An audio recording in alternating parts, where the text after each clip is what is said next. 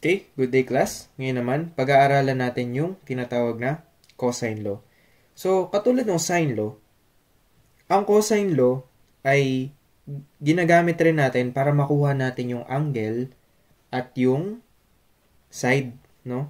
Kanya lang dito, okay,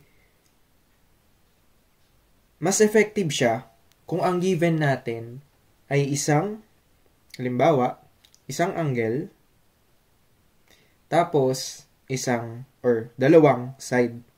And notice, class, na yung angle natin ay nasa gitna ng dalawang side. Hindi natin magagamit yung sine law. Tama ba? Kasi para magamit natin yung sine law, kailangan may magka-partner na isang side at isang angle. So kung titingnan nyo rito, halimbawa, ito ay si triangle A, B, C. Wala magka-partner dyan na kumpletong side at angle. O halimbawa, ito, hindi kumpleto kasi although meron kang angle A, wala kang side A. Ano pa? O halimbawa, si C naman, wala kang angle C, although may side C ka. So, wala rin. 'Di ba? So, kung dito naman sa B, meron kang side B, pero wala kang angle B. So, mahirap, 'di ba? Kaya ang pinakamagandang solusyon or approach sa problem na to ay yung tinatawag na cosine law. So, for us to understand further, lagay muna natin yung formula ng sine law. So, you can memorize this if you want. Pero tuturo ko rin sa inyo yung concept kasi mas madali yun. Ang danger kasi ng memorization, pag nakalimutan mo, wala na. Diba? Mangangapa ka na. Cosine C. So, notice, class, ito yung tinatawag na cosine law. So, you have here your missing side or kung ano man yung side na gusto mong makuha. Ito yung dalawang given side. Okay, ito naman yung angle na given na side. Okay? Tapos ito, yung dalawang side lang rin, which is ito. Parang i-rewrite mo lang siya. Anyway, so, yan yun. Kung nawawala si side C. Kung nawawala naman si side B, ganun lang din. Notice this, class, no? 3 letters lang naman yan eh. Diba? So, kung naisulat mo si B, edi anong kasunod? Malamang si A, tsaka si C. Minus 2. Sulat mo lang ulit si AC, yung dalawang given. Tapos, cosine. Tapos yung angle nung nawawala, which is angle B. Or yung angle ng yung nasa left side ng equation. Okay, so I hope malinaw yun. Kapag A, ganun lang din. A squared is equals to anong given sides natin? B squared, tsaka C squared. Okay. Tapos, ulitin mo lang si B, tsaka si C. Tapos, si cosine A. Kasi, yun yung nasa left side ng equation. Okay. So, di ba hindi mo na kailangan i-memorize. So, yan po ang sabihin nating original formula ng cosine law. So, balik tayo sa example natin. Ano kaya dito yung pinaka-effective na gamitin natin, no? So, yung gitnang angle natin, si angle A, tapos ito yung dalawang given na sides. So, sige, let's try, no? So, ang magiging solution or formula na, gagamitin natin dyan ay ito, k squared. So, rewrite ko lang. A squared is equals to B squared plus C squared minus 2 BC cosine angle A. Okay? So, focus tayo dito. At makukuha natin itong side na ito. Si side A. So, okay. Sulat ko lang. Anong given natin na B? Si 7. Ito po yan, no? Yan. 7 squared plus C squared. Sino si C squared? Ito. that is 5 squared minus 2. Sulat mo lang ulit si 7, which is B, and si 5, which is C. Cosine. Given angle, yung nasa gitna, 37, which is si angle A. Diba? Basic lang. Ayan. Solve mo na yan sa calculator mo. Medyo mahaba lang. Okay, so sige, isubukan muna nating imano-mano para makita nyo kung paano siya ginagawa. No? So, 49 ito. To 25. 5 squared. Tapos, 7 times 5 is 35. Times 2. That is 70. Cosine 37. O yan, sige. Simplified na siya. Subukan natin ni calculator. Okay, class. So, remind ko lang kung makikita nyo, naka-squared yung side A. No? So, para matanggal yan, syempre, dapat i-square root mo both sides. Okay? So, huwag niyong kakalimutan yun when we are solving for a side using cosine law, ha? Naka-squared po yan. So, kailangan yung i-square root. Anyway, sige. Rekta ko na.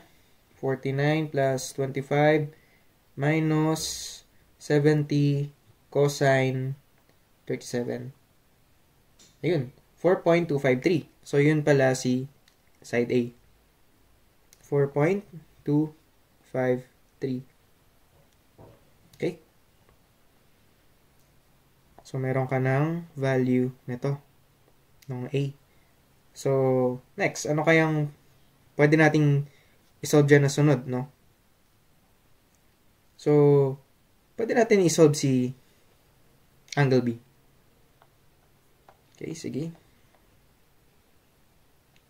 Gamitin na lang natin yung cosine law na lang ulit, no? Para masanay tayo. Although, pwede nyo gamitin yung sine law. So, stick tayo sa cosine law. So, right now, we are finding for the angle B. So, sige, subukan natin. Reiterate the formula. B squared is equals to A squared plus C squared minus 2 AC cosine B. Okay? So, ano ba si B squared? Ito yun, di ba? Si 7. So, that is 7 squared is equals to, what is A?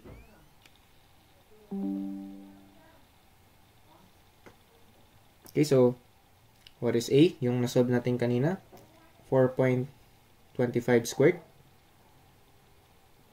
Plus, C squared. Ano si C squared? C, 5 squared. Minus 2, 4.25. C is 5. Then cosine, yung hinahanap nating angle. Ayan, so hindi ko lang mapakita ng buo kasi ang liit kasi ng screen ng tablet ko. Anyway, makikita nyo ganyan natin binuo yung formula. Okay, so kumbaga ipa-plug in nyo lang naman dun sa formula na nabanggit ko kanina. At ang hinahanap natin si angle P. Okay, so expect nyo, gagamit tayo ng inverse cosine, di ba? Okay, so sige, actually, pwede nyo i-diretso na lang sa calculator to, no? Kung pwede kayo mag-shift solve. Kanya lang, although hindi ko yung laging nare-recommend gawa ng isa mabagal talaga mag-solve. No? I-simplify nyo muna. Pero, for the sake of discussion, i-diretso ko na sa calculator. 2, 4.25 times 5 cosine alpha x. Okay? So, ayan yung kasagutan natin para sa angle B. 98 degrees. So, angle B should be 98.03 degrees. Or siguro, yung iba sa inyo makakuha ng 97.99. Ganon din naman yun. So, ano pa? Meron na tayong angle B. Meron na tayong side A. C. Ano na lang? Angle C, no? So, yun yung pinaka-basic sa lahat, di ba? Sige, solve natin. To get angle C is equals to, 180 minus 37, tsaka yung na-solve natin na 98.03. At makukuha natin si angle C. So, angle C is equals to 180 minus 37 minus 98.03. 44.97. So, yun ang kasagutan natin para dito sa angle C. So, yan. Kompleto na yung triangle natin using cosine law, no? So, basic lang naman yung cosine law as long as alam nyo yung process at kabisado nyo kahit isa lang doon sa mga binigyan nating formula. Okay, so sige. Let's proceed to other examples. Okay, so ngayon naman, subukan natin mag-solve ng triangle na walang given na angle. Puro side lang. So, halimbawa, itong ang triangle na to ay merong side na 9, 13, at 15. Okay, using ko lang yung sulat ko. Ayan, so let's name this triangle A, B, and C. So, kung mapapansin nyo, class, wala ulit magka-partner na side at angle at wala tayong choice kundi gamitin si cosine law. Actually, kung ako tatanungin, mas gusto ko yung sine law kasi mas madali yun, mas mabilis yun eh. Pero sa mga ganitong sitwasyon, kailangan alam nyo talaga yung cosine law, no? Although, pag kumpleto na halos yung triangle, pwede mong gamitin any of the two strategies or methods. It's up to you. Pero, useful talaga tong cosine law. Okay, so sige, halimbawa, hanapin natin si angle C. Kailangan natin mahanap C. Unahin muna natin si angle C. Sabi natin, C squared is equals to A squared plus B squared. So again, yung technique ni sir, no, hindi ko to talaga kabisado, pero by concept, kung naisulat mo sa C, kasi yun yung gusto mong, kumbaga, mahanap, it's either yung angle or yung side. Nasulat mo na yung C, syempre, dalawang letter na lang natitira, isulat mo na yung A at B, minus 2, sulat mo ulit yung A at B, tapos yung cosine, kasi nga cosine law, cosine, tapos kung ano yung hinahanap mo, C, which is, kung ano yung angle mo rito, siya rin yung nasa left side ng equation mo dito, di ba? Okay, so yun lang yung pang ano ko dyan, para di ko makalimutan or para magamit ko agad ng IC cosine law, yung formula niya. So anyway, sige, ano si C squared? Ito yun, di ba? Yun yung opposite side niya eh. 15 squared is equals to, what is A squared? That is 13 plus B squared. Okay, para di malito, parenthesis. 9 minus 2, sulat mo ulit si 13 at si 9 cosine C. At si C, palitan ko lang kulay, ang hinahanap natin, which is an angle. So again, pwede nyo na narekta sa calculator, basta tama ang input nyo. 13 squared, alpha equals 13 squared, 13 squared plus 9 squared minus 2, 13 times 9 cosine C. Ayan. So, ibig sabihin, ang kasagutan para sa angle C ay 83.87 degrees. Ayan. So, at least, meron ka ng isa. Diba? 83.87. Ngayon, in this point, it's up to you kung paano mo i-approach itong dalawang to. You can use your sine law na rito, no? Or kung gusto mo mag-cosine law ulit, okay lang naman, kanya lang mas mapapahaba ka. So, suggest ko, sine law na lang, either A or B. So, anong gusto nyo? Sige, A na lang. So, sine law for acquiring angle A. Sine A over 13. Kasi yun yung opposite angle niya. Is equals to, hugot tayo ng isang magkapares sa kompleto. Itong nasolve natin, si angle C 83.87, tsaka side C, 15.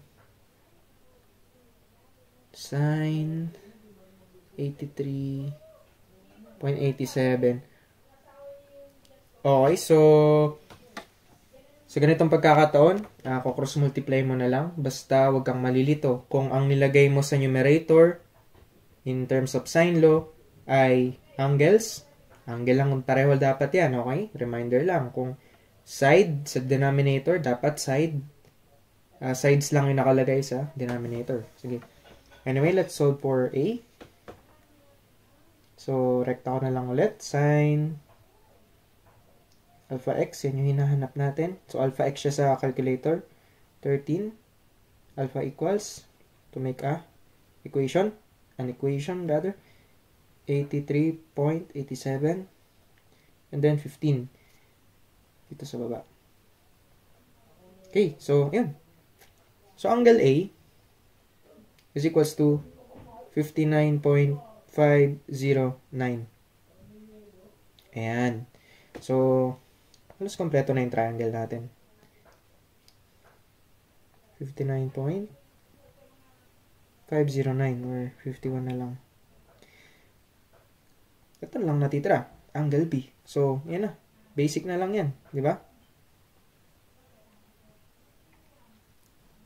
So, gamitan na lang natin yung principle ng 180 degrees. So, angle B is equals to 180 minus yung dalawang angle, 83.87 minus 59.51.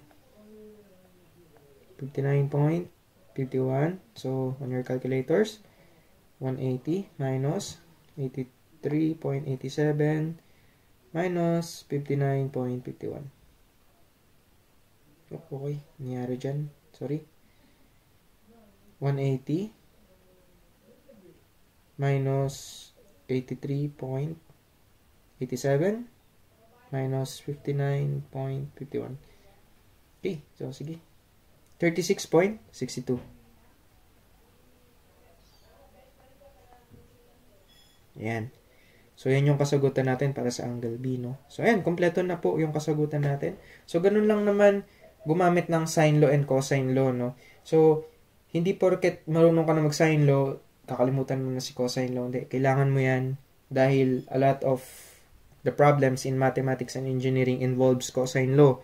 So, kung tatlong side ang given, o kaya dalawang side ang given, tapos yung sa gitna ay angle, you have to use your cosine law. So, yun lang. Thank you so much. Don't forget to like and subscribe for this video and share it to your friends as well. Don't forget to like, subscribe, and hit that notification bell for more engineering and math tutorials.